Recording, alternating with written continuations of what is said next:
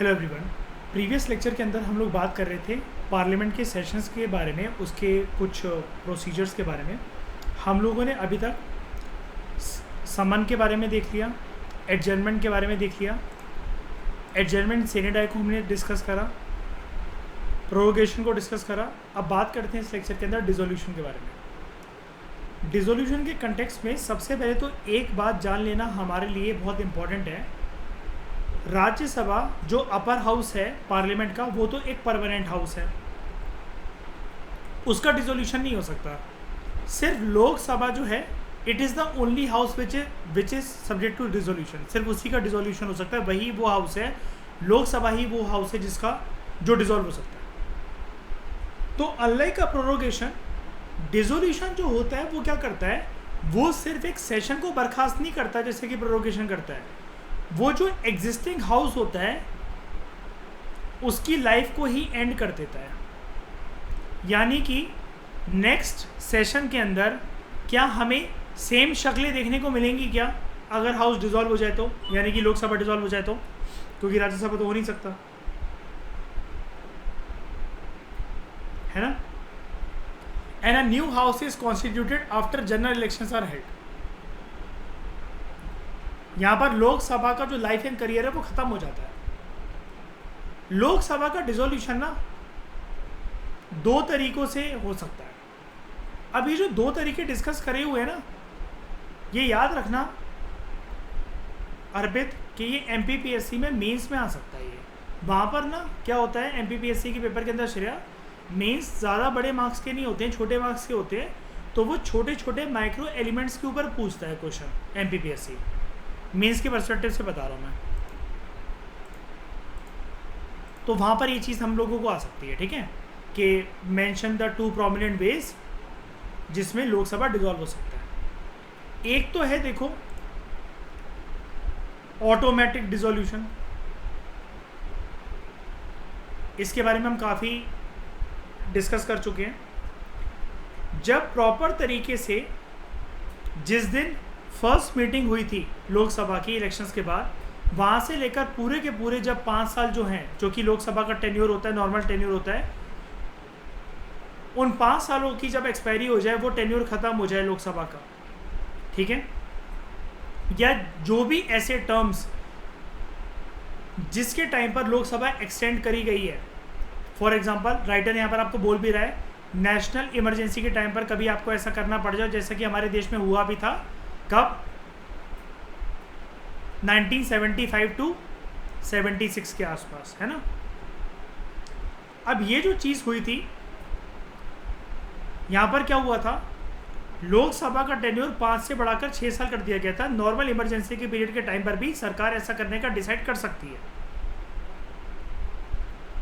लोकसभा का टेन्योर जो है वो बढ़ाया जा सकता है। लेकिन जब उसका वो टेन्योर जो भी बढ़ाया गया है, या जो उसका नॉर्मल टेन्योर 5 साल का होता है, जब वो एक बार के लिए एक्सपायर कर गया है पूरा का पूरा, एंड फ्रेश इलेक्शंस की नीड अब आ पड़ी है, इस सिस्टम को हम लोग कहते हैं ऑटोमेटिक डिसोल्यूशन।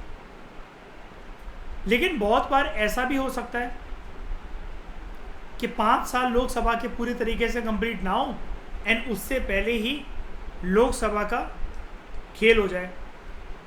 ये कब होता है, whenever the president decides to dissolve the Lok Sabha,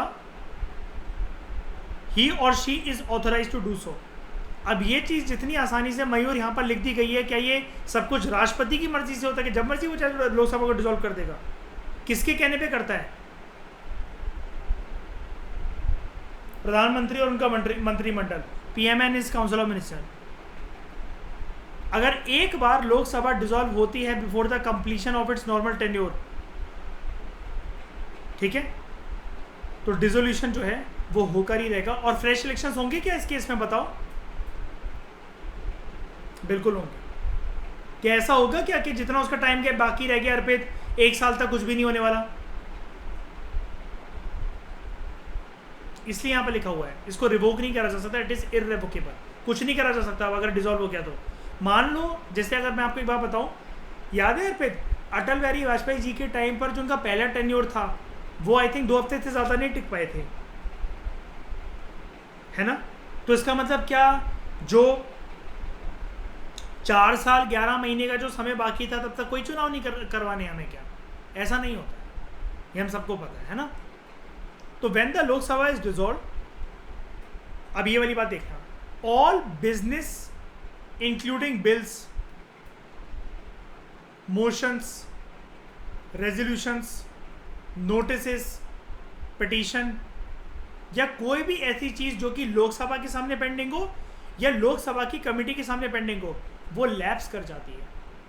यानी कि न्यूली कॉन्स्टिट्यूटेड लोकसभा के अंदर वो सारी चीजें क्या करनी पड़ेंगी? फ्रेशली इंट्रोड्यूस करनी पड़ेंगी। अगर इनको हमें न्यूली कॉन्स्टिट्यूटेड लोकसभा के अंदर फिर से लाना है, रीइंट्रोड्यूस करना है, तो पुराने वाले का तो इतिहास खत्म हो जाता है। उसी प्रक्रिया से वो सेम चीज जो कि पुरानी लोकसभा के अंदर थी नई लोकसभा के अंदर लाई जा सकती है। लेकिन आप ये कहो कि वही बिल को ले आओ, अब कौन इतना सरदर्दी करे, ये झेले, तो नहीं, ऐसा नहीं हो सकता। अब मान लो जैसे जो करंट गवर्नमेंट है फिर 2024 तक ऐसा तो है नहीं कि दुनिया भर के उसके सारे सपने पूरे हो जाएंगे। कोई ना कोई काम तो या कोई ना कोई तो बिल तो पेंडिंग रह ही जाएंगे ना। चुनाव के बाद 2024 में जब फ्रेश सरकार बनेगी तो क्या है वो पुरानी चीज़ें, जो पुराने बिल, जो अधूरे सपने थे, वो क्या कहते हैं उसको, उसी को कैरी फॉरवर्ड करा जाएगा या दोबारा उसको रीइंट्रोड्यूस करा जाएगा? रीइंट्रोड्यूस करा जाएगा, है ना। हाउएवर, अभिषा वो वाली बात, some pending bills and all pending assurances ये एग्जामिन करे जाते हैं by the committee on government assurances. ये कमिटी का नाम होता है, ठीक है, कंफ्यूज मत होना श्रेया, ये कमिटी का नाम है लोकसभा की, कमिटी ऑन गवर्नमेंट एश्योरेंसेज। यानी कि मैं आपको सिंपल टर्म्स में सिंप्लीफाई कर देता हूँ इस चीज़ के बारे में। आप लोकसभा के रूल्स को कभी भी जाकर पढ़ोगे ना गूगल से, तो आपको एक चीज़ पता लगेगी यार पे, ये जो कमिटी ऑन गवर्नमेंट एश्योरेंस होता है ना, इसके पास कुछ महत्वपूर्ण बिल होते हैं जो कि ये इसको ना एग्जामिन करता रहता है बड़े सालों तक, बहुत महीनों तक। और ये इसके पास वो वाले बिल जाते हैं जनरली जिनका इम्पैक्ट काफ़ी लंबे समय तक पड़ता है हमारे देश पर, हमारे देश की राजनीति पर, या किसी भी एक particular section of the society पर। अब इस प्रकार के अगर कोई बिल जो है जो कि कमिटी ऑन गवर्नमेंट एश्योरेंसेस के पास हैं, they do not lapse on the dissolution of the Lok Sabha. मैं इतना एम्फेसाइज इसके ऊपर क्यों कर रहा हूँ श्रेया? और कोई कमिटी के पास बिल पेंडिंग हो उससे घंटा फर्क नहीं पड़ता। इस कमेटी के पास जो बिल है ना, वो लॉन्ग टर्म इम्पैक्ट नीचे डालने वाले बिल हैं वो। अब इसलिए जो मैं आपसे पूछ रहा था ना मयूर लास्ट लेक्चर के अंदर कि विमेन रिजर्वेशन तो बिल ऐसे बड़े सालों से पेंडिंग पड़ा हुआ है, वो क्यों नहीं लैप्स कर गया? वो किसके पास होगा इसका मतलब बताओ, किसके पास पड़ा हुआ है वो? कमेटी ऑन गवर्नमेंट एश्योरेंसेस के पास। ये सिर्फ एक कमेटी का नाम है श्रेयस, का लिए कोई बर्डन नहीं लेना है, ठीक है, सिर्फ एक कमेटी का नाम है। अब आप ये पूछने लगो सर ये गवर्नमेंट एश्योरेंस क्या होती है? भाई मुझे नहीं पता, कमेटी का नाम है ये, मुझे तो बस इतना दिख रहा है। और एक बात याद रखना, पॉलिटी में सब लोग, एक किसी भी सब्जेक्ट के अंदर, we should be a jack of all trades and master of none. थोड़ा थोड़ा थोड़ा सबके बारे में पता होना चाहिए, किसी भी चीज़ में पीएचडी नहीं करनी है। ज़्यादा पढ़ लोगे तो सिलेक्शन होना और मुश्किल हो जाएगा। उतना ही जानो जितना ये एग्ज़ाम की रिक्वायरमेंट है। अरविंद पनगड़िया मत बनना, नीति आयोग के वाइस चेयरमैन बनने के बाद भी रिजाइन करके चले गए कि मुझे और फर्दर इकोनॉमिक्स पढ़नी है, तो बाहर जा रहा हूँ। कोई फर्क नहीं पड़ता किसी को। उसके बाद the position with respect to lapsing of bills is as follows. क्या होता है सबसे पहले देखते हैं। पॉइंट नंबर 1, कोई भी एक बिल जो कि लोकसभा के अंदर जो पेंडिंग है वो लैप्स कर जाता है, भले ही वो पहले लोकसभा के अंदर ओरिजिनेट हुआ हो और बाद में वो राज्यसभा को ट्रांसमिट कर दिया गया। नंबर 1 रूल ये सारे रूल्स हैं। वैसे अगर आपको जानना ही ना कि ये पॉइंट्स क्या हैं, ये रूल्स हैं कुछ कुछ कि बिल किन किन सरकमस्टेंस के अंदर लैप्स कर जाएगा। लोकसभा के अंदर वो ओरिजिनेट हुआ हो, राज्यसभा को फिर वो दिया गया हो बाद में। अब याद रखना, इससे अपने दिमाग में एक्स्ट्रा कहानी मत बना लेना कि ये मनी बिल होगा। अरे नॉर्मल बिल भी तो हो सकता है, ऑर्डिनरी बिल क्या लोकसभा में इंट्रोड्यूस नहीं हो सकता? पहले बताओ, ओरिजिनेट नहीं हो सकता? हो सकता है ना, लेकिन इस लाइन को देखो, समझो फिर से शांत दिमाग से। बिल कब कब लैप्स कर जाते हैं, कौन कौन से?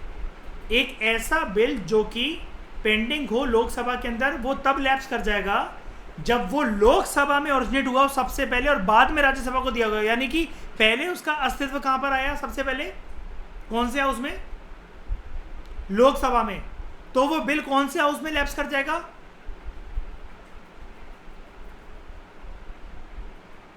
बताओ, लोकसभा के अंदर। मयूर देखो, वो बिल लोकसभा के अंदर पेंडिंग चल रहा था, वो तब लैप्स करेगा कोई भी बिल, एक ऐसा अगर पेंडिंग बिल हो लोकसभा के सामने, अगर वो लोकसभा के अंदर सबसे पहले इंट्रोड्यूस हुआ और बाद में गया और राज्यसभा के पास। तो ये जो लोकसभा के अंदर इंट्रोड्यूस होने वाला बिल अगर अभी तक पेंडिंग पड़ा हुआ है ना, तो वो लैप्स कर जाएगा ऐसे डिसोल्यूशन के केस में। दूसरी चीज, एक ऐसा बिल लैप्स कर जाएगा कब?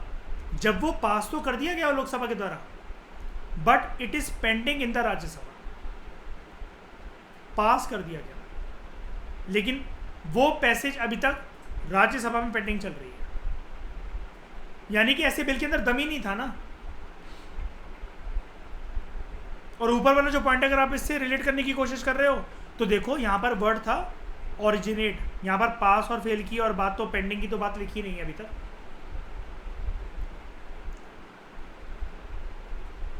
मेरी बात समझ में आ रही है? किसी को कोई कंफ्यूजन हो रही है? फिर से बताऊं क्या?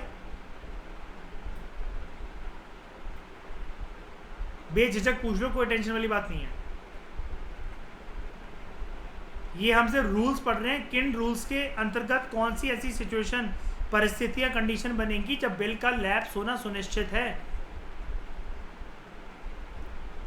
When the condition is there for dissolution of the Lok Sabha.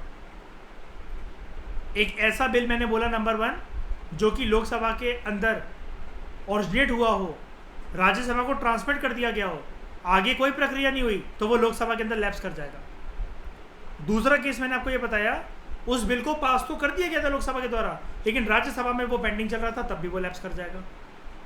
तीसरी situation, a bill not passed by the 2 houses due to disagreement. अब यहां पर तो पास ही नहीं हुए, तो और भी कमजोर मुद्दा नहीं हो गया? सिचुएशन 3 तो और भी कमजोर नहीं है मयूर? And if the president has notified the holding of a joint sitting before the dissolution of the Lok Sabha, कुछ भी बोलता रहे उसके बाद प्रेसिडेंट। लेकिन इस केस के अंदर देखो keyword, it does not lapse. क्यों भाई? राष्ट्रपति ने लोकसभा के भंग होने से पहले ज्वाइंट सिटिंग का प्रावधान अनाउंस कर दिया।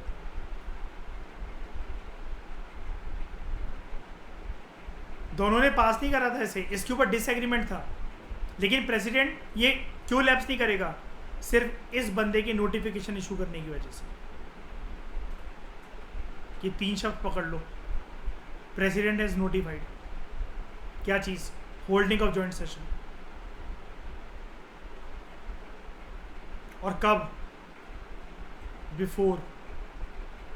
सबसे इंपॉर्टेंट कीवर्ड, जब लोकसभा के डिसॉल्व होने से पहले ही इन्होंने नोटिफाई कर दिया था, तो वो लैप्स नहीं करेगा। अगला, अ bill pending in the Rajya Sabha but not passed by the Lok Sabha does not lapse. वह भी राज्यसभा के अंदर पेंडिंग चल रहा है। अब ऐसा क्यों ये लैप्स क्यों नहीं करता? क्योंकि राज्यसभा का नेचर क्या है श्रेया? इसका अस्तित्व क्या है? परमानेंट हाउस है भाई। राज्यसभा बेसिकली यहाँ पर श्रेया ये बोल रहा है, भाई तुम डिसॉल्व हुए, तुम्हारे लाइफ एंड करियर खत्म हुआ है, मेरा थोड़ी ना खत्म हुआ है। ये चीज हमारे पेंडिंग है, तुम्हारा अस्तित्व खत्म हुआ है, तुम्हारी जगह कोई और आएगा, हम उसको पकड़ा देंगे। राज्यसभा का तो नेचर इंटैक्ट वही रहता है ना मयूर, वही इंटैक्ट रहता है, उसका अस्तित्व तो वैसे ही टिका रहता है। लोकसभा हर 5 साल के बाद बिल पेंडिंग का लोटा बन जाता है ना? तो वो कहते हैं कोई बात नहीं, बिल हमारे पास पेंडिंग चल रहा है ना, इसको लोकसभा में आपने तो पास करा नहीं था, यानी कि हमारे पास अभी पेंडिंग चल रहा है, हम इसको पास करवा के किसको पास ऑन कर देंगे बाद में? फ्रेशली कॉन्स्टिट्यूटेड लोकसभा को। तो उसको लैप्स क्यों करना भाई? एंड इसका प्रोमिनेंट रीजन ये भी है कि ये एक ऐसे हाउस के अंदर पेंडिंग पड़ा हुआ है जो कि हाउस का नेचर क्या है? परमानेंट या फिर डिसॉल्व हाउस? परमानेंट। अगला केस, एक बिल लैप्स कब नहीं करेगा? अब bill pass by both the houses, pass हो गया दोनों हाउसेस के द्वारा, लोकसभा के द्वारा भी, राज्यसभा के द्वारा भी। अब उसको सिर्फ प्रेसिडेंट का सिग्नेचर चाहिए। अब सिग्नेचर देखो ना, हाउस की मंजूरी थी तो वो पास तो हो ही गया, सारे मेंबर्स ने कर दिया। अब एक सिग्नेचर के लिए क्या फ्रेशली कॉन्स्टिट्यूटेड लोकसभा के अंदर फिर से फ्रेश इंट्रोड्यूस करेंगे उसको? बताओ, कोई सेंस है इस बात की? वो लैप्स नहीं करता है। लेकिन अभी तक इसको बिल क्यों बोला जा रहा है? अगर दोनों हाउसेस के द्वारा पास हो गया तो इसको बिल क्यों बोला जा रहा है अभी तक? हाँ, एसेंट मतलब क्या होता है? गर्दन हिलाएगा वो सिग्नेचर, ठीक है। और सिग्नेचर मिलने के बाद इस बिल का डेफिनेशन या नाम क्या चेंज हो जाएगा? नॉमेनक्लेचर क्या हो जाएगा? उसके बाद अब bill pass by both the houses, लेकिन प्रेसिडेंट ने उसे रिटर्न कर दिया है for the reconsideration of the houses. अच्छा, प्रेसिडेंट ऑर्डिनरी बिल को कितने बार रिटर्न कर सकता है? दूसरी बार। इसकी गर्दन पकड़ के साइन करवा लिया जाएगा इससे। अच्छा, और अगर मनी बिल हो तो?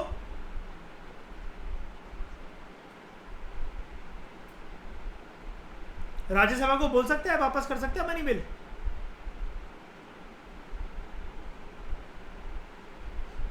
उसका कोई वैसे ही रोल नहीं होता, रिकंसिडरेशन के लिए जाता है। और जो भी सुझाव देगा राज्यसभा, जरूरी है लोकसभा मान ले उसके केस में, मनी बिल के केस में?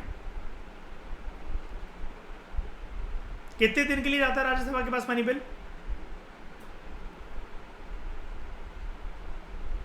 अगर उसने कोई रिकमेंडेशन नहीं दी और बिल को वापस भी नहीं करा लोकसभा को, तो कोई इज्जत नहीं है राज्यसभा की, मतलब मनी बिल के केस में शायद। बस क्योंकि देश का पैसा, जनता का पैसा किसके हाथ में होता है? सरकार के हाथ में। एंड मेन सरकार कहाँ बैठी हुई है? लोकसभा के। एंड जनता के द्वारा चुने हुए डायरेक्ट प्रतिनिधि कहां पर हैं? लोकसभा। तो एडजमेंट प्रोग्रेशन के बारे में तो हमने देख लिया था।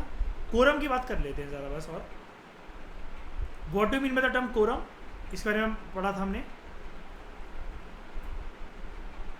स्पीकर को या चेयरमैन को मिनिमम कुछ मेंबर्स की ज़रूरत होती है हाउस की सिटिंग को कैरी करने के लिए, है ना, सेशन को कैरी करने के लिए। अगर उतने नहीं आए तो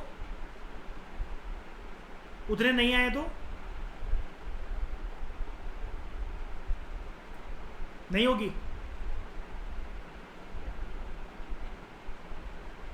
और वो बिल्कुल बगल वाले घर में रहता हो अगर स्पीकर, तो उसकी और मेरी बिल्डिंग अटैच है बिल्कुल। क्यों? जान पहचान तो पूरी है।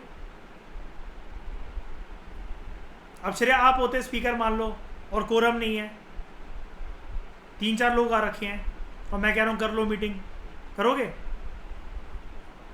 क्यों? कहाँ कमी रह गई मेरे लाड प्यार में? ये संवैधानिक चीजें हैं, ठीक है। कोरम जो है, it is the minimum number of members which are required to be present in the house, अपने किसी भी बिजनेस को ट्रांसलेट करने के लिए, यानी कि कुल मिलाकर सेशन सेटिंग वगैरह या सारी की सारी प्रक्रिया को कैरी आउट करने के लिए।